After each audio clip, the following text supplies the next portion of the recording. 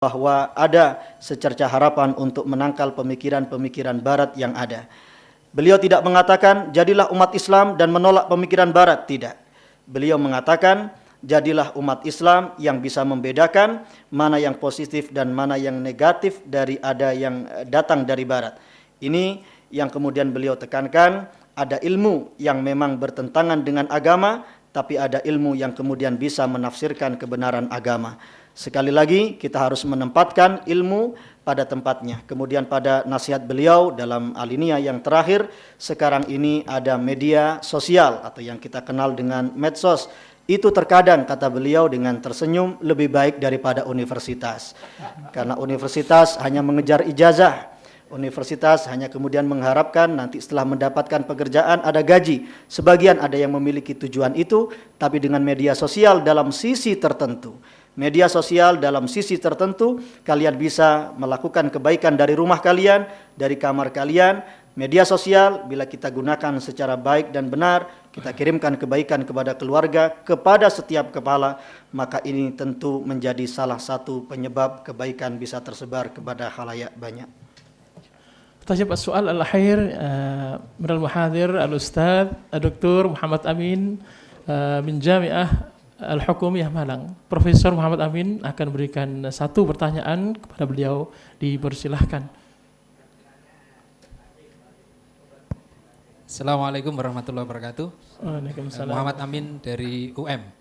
باللغة العربية يعني ولا باللغة الإنجليزية؟ Pencerahan yang menurut saya sangat indah. Karena pencerahan ini menyentuh hati.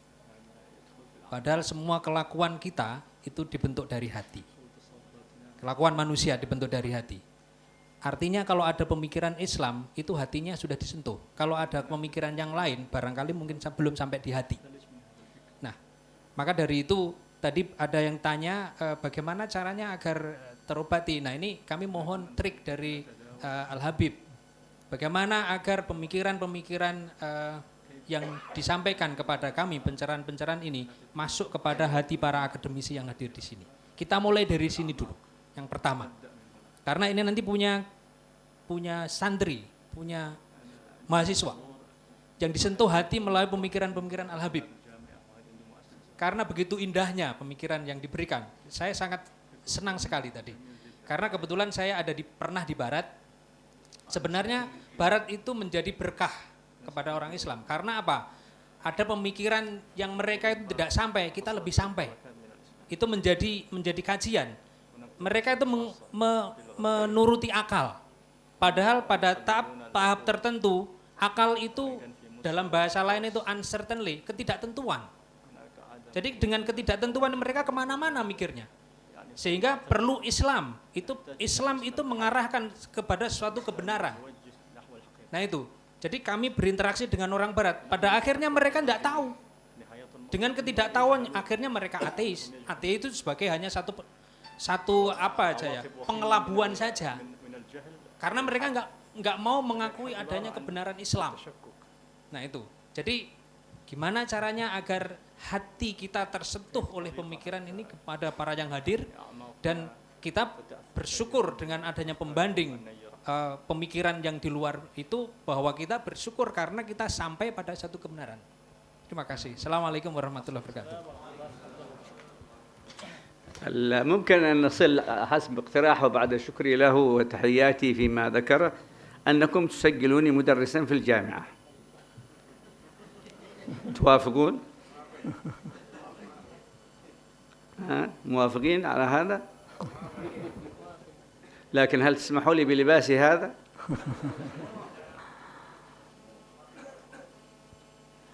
Jadi untuk menjawab pertanyaan itu, pertama jadikan saya dosen di universitas. Tapi yang kedua, apakah kalian mengizinkan saya mengajar di universitas dengan pakaian seperti ini?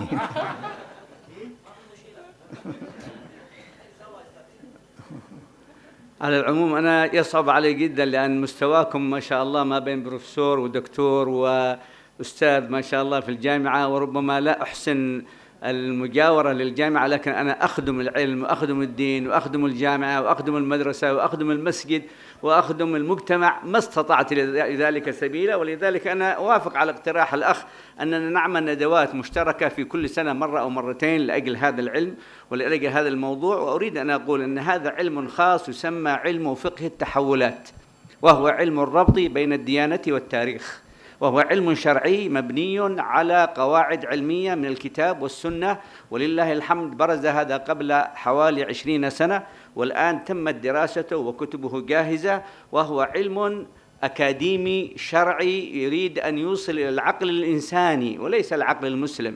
نحن في العلم الأكاديمي هذا نخاطب العقل الإنساني، كما ذكر الأستاذ أنهم كانوا في بريطانيا، والحمد لله نحن الآن عندنا ناس متجاوبين في بريطانيا وكندا وهولندا وفرنسا وأوروبا كلها متجاوبين مع هذا الفقه ومع هذا العلم، ويحاولوا أن يستوعبوه بفضل الله، وهذه نعمة من النعم. أنتم أحق كما جاء في الحديث عن النبي صلى الله عليه وسلم: خيركم خيركم لأهله، وأنتم أهلنا ومسلمين مثلنا، وبيننا وبينكم تعاون، بل وبيننا وبينكم نسب، بيننا وبينكم صهر من حضرموت، من الأزمان البعيدة، من اليمن، كلها تكاد أن تكون لحمتنا واحدة. فنحن نسهم اليوم معكم بعد أن رأينا الدمار في اليمن، رأينا الدمار في البلاد العربية. البلاد العربية دمار للعقل، دمار للروح، دمار لجغرافية الأرض، دمار لكل شيء. ولا أريد أن أقول من السبب، لكن السؤال الذي وجهته الأخت الإجابة عليه تدلكم من الذي يدمر العالم العربي والإسلامي اليوم،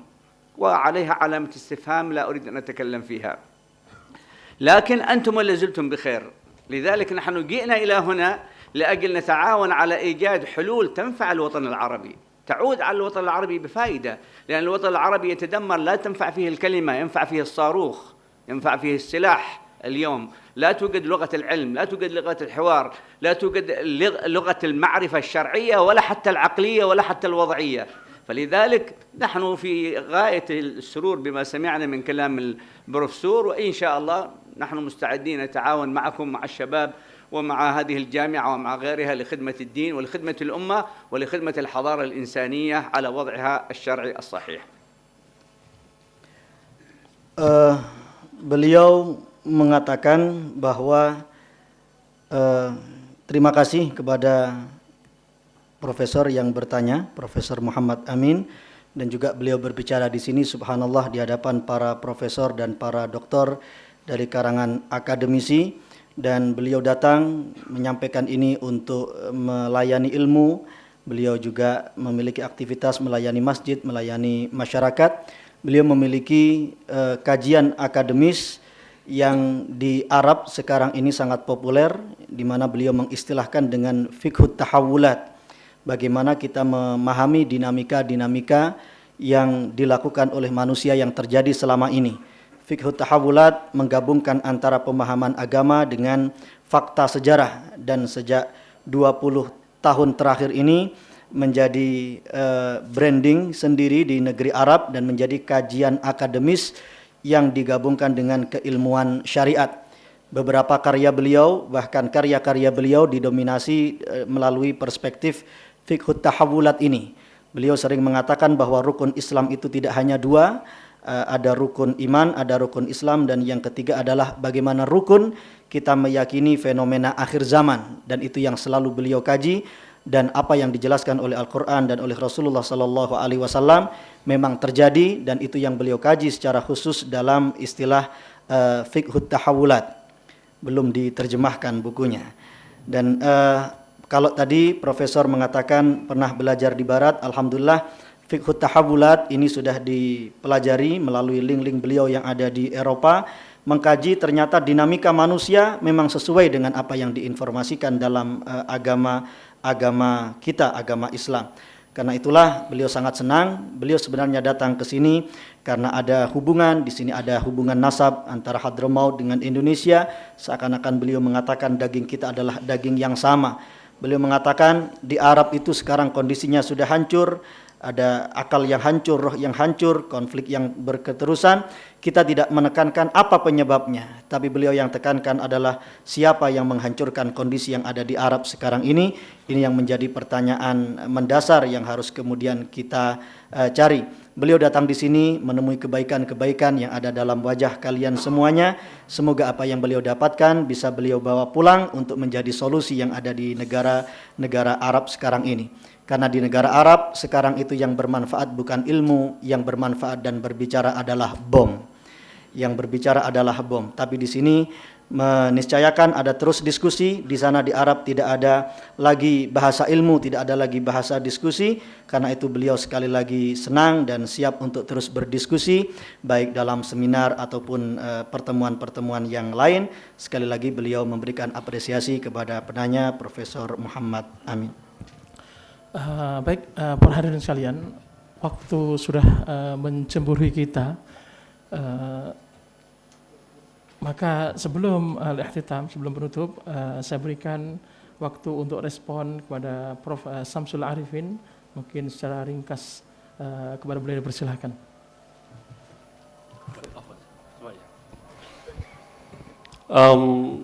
Sedikit aja. Mungkin kita ini ada sedikit optimisme tapi pesimisme. Saya ingin mengungkap dua data ya, ada dua pendapat.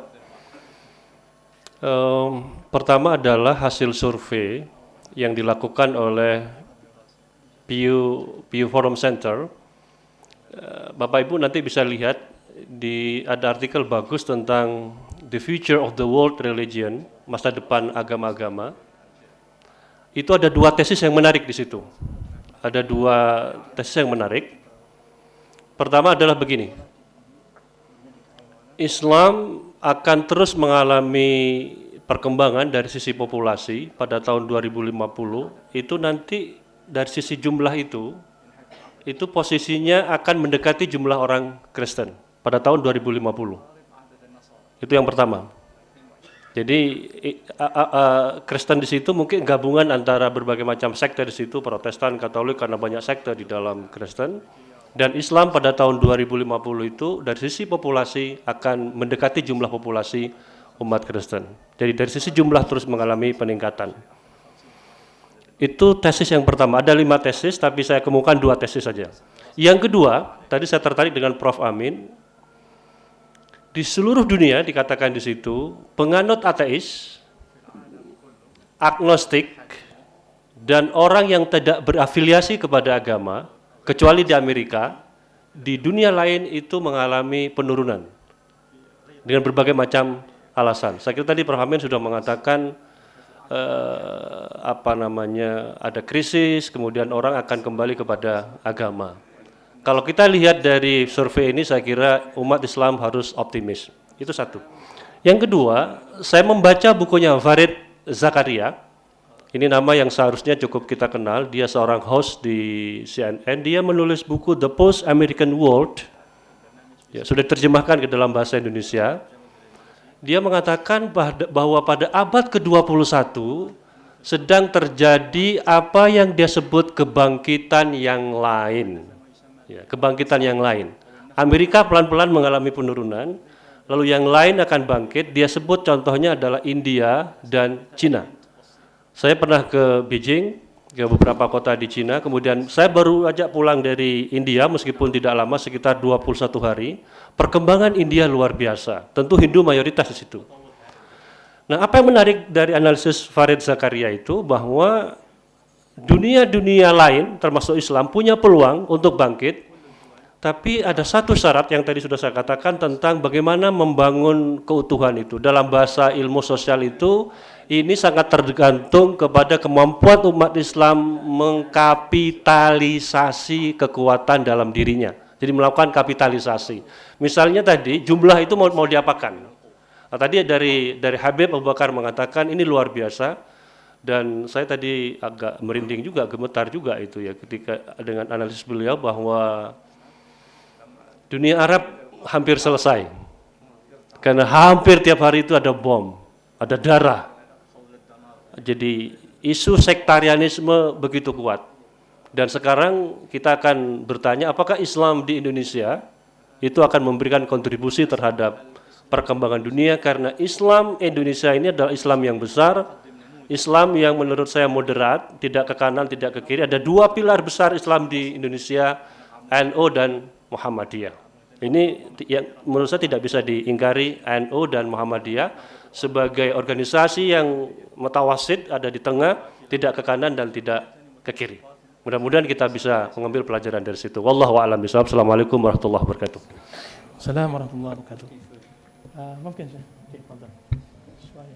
شكرا للأستاذ على ما تكلم به، وأريد أن ألاحظ حول مسألة الإسلام في إندونيسيا، وأنه أشار إلى عمودين، نهضة العلماء والمحمدية، وفي نفس الوقت تكلم عن التفاؤل والتشاؤم الذي تقرأ به الحياة. بالطبع أقول أنا من وجهة نظري التفاؤل دائما يأتي من الإسلام، أي من الإيمان العقدي الداخلي، وأما التشاؤم يأتي من العقل، من التصور العقلي. التصور العقلي يأتي من الدراسات التي سمعنا عنها الكلام. والتشاؤم في الإسلام لأن الإسلام لا يؤمن بالإحصاءات إلا من حيث وظيفتها فقط في بعض الأمور، مثلا أنه في القرن العشرين أو ما سيأتي سيكون عدد المسلمين أكثر من عدد النصارى أو يساويهم. نحن المسلمون لا يهمنا ذلك. نحن كم من فئة قليلة غلبت بإذن من؟ بإذن الله. لا كثرة المسلمين، قلة المسلمين، هذه حرب إعلامية. يقولون لنا الآن التنصير في إندونيسيا اكتسح أكثر من بلدة، ترهب المسلمون، كثير من المسلمين تحولوا إلى نصارى، فليكن. لا يعني ذلك أن هذه ثروة وصلت بكمال عقل، هذا استغفال عقول، هذا استخفاف بالإنسان، هذا استخفاف بوعي الأمة في آخر مرحلة من مراحل حياتها. وأقول لكم النبي أخبر في حديثه الصحيح أن هذه الأمة تنحدر حتى تكفر، ولا يأتي الدجال، وما أدري هل تعرفوا شيء عن الدجال أو ما تعرفوا عنه. ما يأتي هذا الدجال إلا ويكون الرزق يعني المرتب، كن كافر كل، كن مسلم لا تأكل، لأن هذه مراحل تكلم عنها الدين. تكلمت قبل قليل عن مرحلة الاستثمار، بعدها مرحلة الاستنفار، بعدها مرحلة السفيانية، بعدها مرحلة المهدي، بعدها مرحلة الدجال، بعدها مرحلة عيسى، بعدها مرحلة ياجوج وماجوج، بعدها مرحلة الدمار، بعدها مرحلة الساعة. هذه كلها مراحل مقروءة في فقه التحولات، يعني ليست المسألة مسألة خيال، بل هو علم شرعي بالنص يثبت لنا أن مستقبل الإسلام كما قال متفائل فيه. ولكن مع هذا التفاؤل هناك إشارات نبوية أن الأمة المحمدية تتخلى عن الدين، وأكثر من يتخلى عنها الذين يتأثرون بالأفكار الخارجية من الرجال والنساء. الأفكار التي تدخل عليهم، الأفكار العقلانية، تدمر الإيمان في الإنسان المسلم. لكن عند التضافر، وقد أشار الأستاذ إلى ذلك، عند التضافر، عند التعاون، تكاد أن تكون إندونيسيا مثال، لكن ليس بالموجود، ليس بالموجود. الموجود هو ما بقي من الماضي. حتى المواقع التي أشار إليها، كما أعرف في الواقع الشعبي من الناس من لا يحب هذه المنظمات، من لا يحب هذه المجموعات، لأن الحل يعرف من خلال البرنامج. أنا أسأل أي إنسان اليوم: ماذا عندك البرنامج الشرعي في الاقتصاد؟ أي نظام، أي جمعية، أي مجموعة، أي حزب، ما هو النظام الاقتصادي؟ ما هو النظام الإعلامي؟ ما هو النظام العقدي؟ ما هو النظام التربوي؟ وما هو النظام التعليمي؟ تعرف حقيقة الحل من خلال البرنامج. أما الذي ندور نحن الآن فيه، وكلنا حتى المسلمين والعلماء، نحن ندور في برنامج وضع لنا لأجل أن نقدم خدمات لنظام عالمي موحد.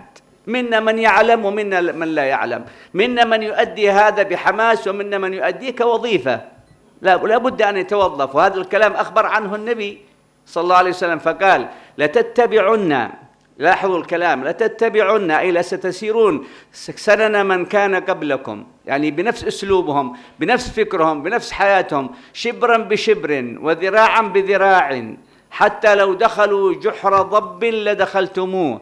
الضب حيوان يعرفوه العرب، يعني لو دخلوكم الغرب إلى أتفه الشؤون بتتبعوهم فيها. حتى لو دخلوا جحر ضب لدخلتموه. قالوا يا رسول الله، اللي قالوا هذا كانوا بسطاء في أيام النبي بسيطين، يا رسول الله لماذا يكون هذا؟ من هذا الذي يحصل؟ قالوا يا رسول الله لو دخلوا جحر ضب لدخلتموه. قالوا يا رسول الله من هذا الذي سيؤثر علينا؟ اليهود والنصارى؟ قال النبي ومن أو فمن. إذن حدد لنا الجهة التي ستعمل على عداء الإسلام. انظروا في العالم العربي، في العالم الإنساني، أنا زرت سريلانكا، الهند، كثير من البلدان موجود فيها الوثنية، موجودة فيها الأوثان، موجود فيها من ليس بمسلم، لكنه لا يحارب الإسلام.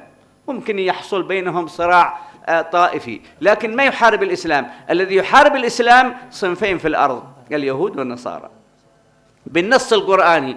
وكما قلت لكم ليس عداوة للجنس، ليس عداوة لجنسهم، ولكن عداوة لعقائدهم الفاسدة في الأرض. لذلك التفاؤل مطلوب والتشاؤم. نسأل الله أن يحفظنا ويحفظ إندونيسيا ويحفظ بلاد المسلمين إن شاء الله، وتكون إندونيسيا بإذن الله نموذج تنفع العالم العربي والإسلامي في أقرب فرصة وفي أقرب زمن. Syukran jazilan li fadilatul Syekh. Waktu terus berjalan. ترجم يحتاج إلى ترجمان. تفضل. الأحسن يعني الوقت صلاح ممكن نصلي بعد هذه الندوة ممكن.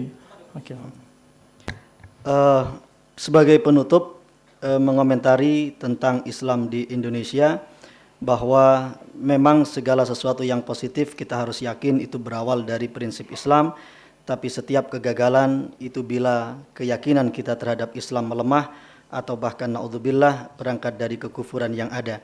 Karena itulah tadi sudah kita jelaskan bagaimana prinsip Islam dan bagaimana karakter akal yang berubah. Adapun kemudian di abad ke-20 dikatakan bila sesuai memang data itu muslim berkembang lebih besar dan sebagainya, itu data yang barangkali bagi kita tidak menjadi sesuatu yang penting, karena berapa banyak kondisi umat Islam sedikit tapi mengalahkan yang banyak tapi bila kemudian ditempa oleh perang informasi dan lain sebagainya, maka sejatinya umat Islam berada dalam kelemahannya. Karena itulah sekali lagi ketika beliau misalnya mengatakan ada pemeluk Islam yang pindah ke Kristen, itu sudah apa yang terjadi dan itu mereka lakukan. Tapi kemudian yang paling penting adalah bagaimana jumlah berapapun umat Islam ini menjadi jumlah yang kuat. Jangan sampai mereka memiliki keraguan, naudzubillah, yang keraguan bisa meniscayakan pada kekufuran. Kita dalam fiqh tahawulat, dalam mengetahui adanya Dajjal misalkan, pertanyaan bagi kita, apakah kemudian kita sudah mempelajari dan mengetahui apa sebenarnya Dajjal itu? Demikian juga dalam tahapan-tahapan tadi istighfar dan lain sebagainya, bagaimana Mahdi, bagaimana Dajjal kemudian turun, bagaimana Islam bangkit, kemudian Islam hancur lagi, kemudian dan seterusnya. Itu semua penting dikaji dalam suatu istilah yang dikatakan fiqh tahawulat, dinamika-dinamika yang terjadi di akhir zaman. Ini selama ini kita yakini sebagai sesuatu yang khayal, sebagai sesuatu yang mustahil. Tapi kemudian bila kita pelajari dan kita cermati, itu sesuatu yang terjadi dan sudah diprediksi dalam tanabuat yang disampaikan oleh Nabi Muhammad SAW. Demikian juga ada isyarat bahwa umat Nabi ini akan meninggalkan agamanya, meninggalkan agama. Ini semuanya sudah dijelaskan dan ini menjadi pekerjaan rumah bagi kita yang sekali lagi meniscayakan kita untuk selalu bekerja sama. Dan bila kemudian Islam di Indonesia menjadi percontohan, pada sisi mana kemudian bisa menjadi percontohan, itu semua juga perlu kajian-kajian lebih lanjut. Adapun tentang organisasi yang ada, solusi itu terkadang bisa didapatkan bukan dari suatu kelompok, tapi dari apa yang menjadi program kelompok itu. Kita tanyakan apa program kalian dalam bidang ekonomi, dalam bidang media, dalam bidang pendidikan dan taklim. Itu semua solusi itu didapatkan dari program suatu organisasi. Sekali lagi ini yang menjadi sesuatu yang beliau tekankan. Tapi beliau mengatakan sebagian kita memang ada yang tahu, namun kemudian sebagian kita ada yang tidak tahu. Sekali lagi kembali kepada apa yang diinformasikan oleh agama kita adalah sesuatu yang penting. Beliau kemudian memberikan contoh bahwa kalian, wahai umat Islam, akan mengikuti kebiasaan-kebiasaan umat sebelum kalian. Satu tengkil sehasta demi sehasta, satu jejak demi jejak. Kemudian ada yang menanyakan sampai seandainya orang itu memasuki lubang biawak, kalian pasti akan mengikutinya. Ada seorang sahabat yang kemudian bertanya kepada Nabi Muhammad sallallahu alaihi wasallam, lalu siapa mereka yang diikuti oleh umat Islam itu, hai Rasulullah? Apakah orang Yahudi dan Nasrani? Maka Nabi Muhammad mengomentari dan memberikan jawaban, lalu siapa lagi? Ini suatu deskripsi yang jelas dari Nabi Muhammad SAW. Beliau berkunjung ke beberapa negara Islam di Sri Lanka, India dan lain sebagainya. Di sana di India, di Sri Lanka ada penyembah-penyembah berhala, tapi mereka posisinya tidak memerangi Islam, tapi kemudian berbeda dengan kondisi orang-orang Yahudi dan Nasrani. Tapi dalam sekali lagi kalimat penutup yang beliau sampaikan, bukan orangnya yang kita musuhi, tapi keyakinan dan propaganda yang digelontorkan oleh orang-orang Yahudi dan Nasrani itulah yang kemudian harus kita lawan dan harus kita sikapi. طيب الكلمة الأخيرة قبل الأخير يعني التي سيلقيها عميد الكلية الأستاذ الدكتور المهندس Darsono Wisadirana فليتفضل مشكورا. Sebelum yang terakhir dipersilahkan kepada Dekan Fakultas Ilmu Politik, kepada beliau dipersilahkan.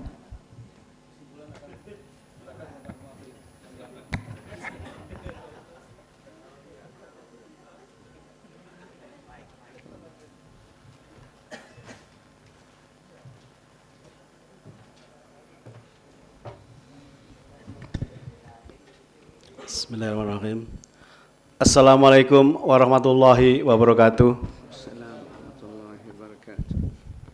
Yang terhormat para hadirin sekalian dan khusus yang terhormat Dr. Al-Habib Abu Bakar dari Yaman, atas nama Fakultas Ilmu Sosial dan Ilmu Politik dan atas nama pimpinan fakultas, serta atas nama keluarga besar FISIP Universitas Brawijaya, mengucapkan terima kasih yang sebesar-besarnya khususnya kepada Dr. Al-Habib Abu Bakar yang telah jauh-jauh dan dalam kesibukannya beliau masih sempat untuk bisa sharing berbagi ilmu pengetahuan yang sangat berharga ini bagi kita semua. Dan khususnya juga ini tertarik kepada pendiri 83 lembaga pendidikan. Sangat luar biasa bagi kita. Kita sendiri mendirikan satu aja berat. Saya mendirikan fakultas ini, FISIP ini, babak belur, berdarah-darah. يعني هو يكابد جدا في عندما يقوم بشؤون هذه الكلية واحدة فقط، يعني صعب كيف أنتم قمتم ببدء وزمان مؤسسة تربوية. هو معجب بكم جدا. Dr. Al-Habib ini bersedia untuk bekerjasama selanjutnya. Jadi bukan hanya مثلا تفضلتم بالمشاركة لاحقا، هناك متابعة خاصة معنا، لدينا مشاركة تعليمية وثقافية. على سبيل المثال pengiriman antara kita, بعث طلابية، istilahnya adalah kuliah tamu lebih lanjut, يعني كالأستاذ atau الزائر mungkin فيما بعد، untuk bisa mengajar أو مثلا تقدم بتدريس di Fakultas Ilmu Sosial سيستماتيا Politik. نظاميا في هذه الكلية بالأخص. Kita sudah mempunyai kerjasama dengan نحن عندنا beberapa negara مشاركات untuk ببعض bekerja sama البلدان menjadi dosen tetap حتى di يكون FISIP. أستاذ مستقر هنا. Di antaranya dengan Prancis, فرنسا kita sudah ada dosen dari Prancis لدينا satu orang علاقة، untuk عندنا setiap مدرس tahun فرنسي هنا hanya memperbarui visa kerja saja sebagai pengajar. فقد يجدد في كل سنة Kemudian فيزا juga للتدريس. kita bekerjasama dengan dari وعندنا تعاون Brasil. كمان Satu بدولة dosen dari برازيل، Brasil juga مدرس من برازيل sudah mengajar 2 tahun di sini dan sekarang له izin سنتين هنا sama مدرس. dekan untuk melanjutkan studi doktornya. Setelah itu ونواصل kembali. مرحلة الدكتوراه ثم Jadi يعود إلى kalau memang ada apa